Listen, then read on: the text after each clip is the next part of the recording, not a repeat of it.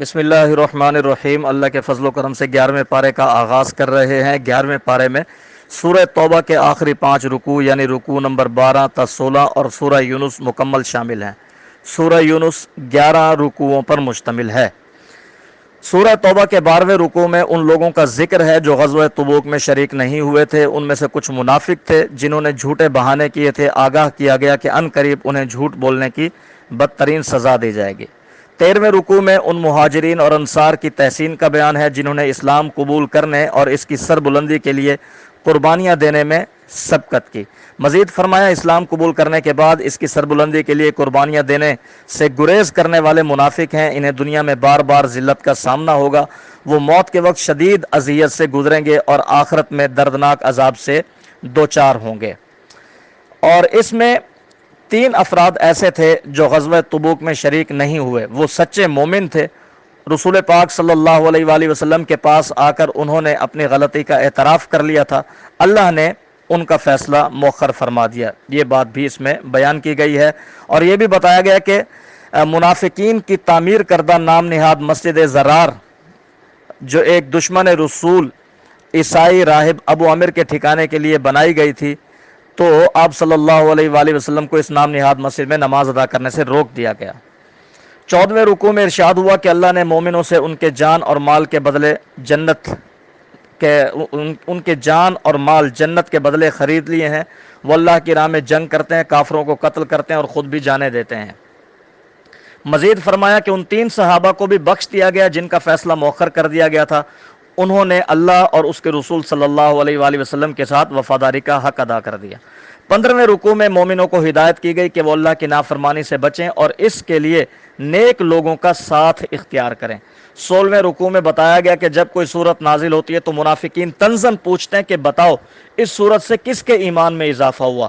فرمایا کہ جو سچے مومن ہیں ان کے ایمان میں اضافہ ہو رہا ہے، البتہ جن کے دلوں میں دنیا کی محبت ہے ان کی خباثت میں مزید اضافہ ہو رہا ہے۔ آخری آیات میں مسلمانوں کو آگاہ کیا گیا کہ رسول اللہ صلی اللہ علیہ وآلہ وسلم تم سے انتہائی محبت کرنے والے اور تمہارے لیے ہر خیر کے طلبگار ہیں۔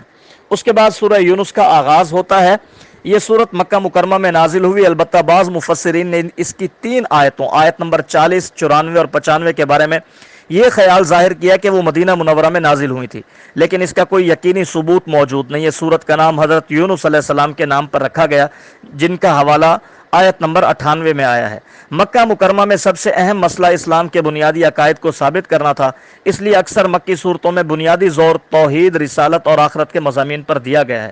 اس صورت کے بھی مرکزی موضوعات یہی ہیں۔ اس کے ساتھ اسلام پر مشرکین عرب کے اعتراضات کے جواب دیے گئے اور ان کے غلط طرز عمل کی مذمت کی گئی ہے، اور انہیں تنبیہ کی گئی ہے کہ اگر انہوں نے اپنی ضد جاری رکھی تو دنیا اور آخرت دونوں میں ان پر اللہ تعالیٰ کی طرف سے عذاب آ سکتا ہے۔ اس سلسلے میں پچھلے انبیاء کرام میں سے حضرت موسیٰ علیہ السلام کی مخالفت کے نتیجے میں فرعون کے غرق ہونے کا واقعہ تفصیل کے ساتھ اور حضرت نوح اور حضرت یونس علیہ السلام کے واقعات اختصار کے ساتھ بیان فرمائے گئے ہیں۔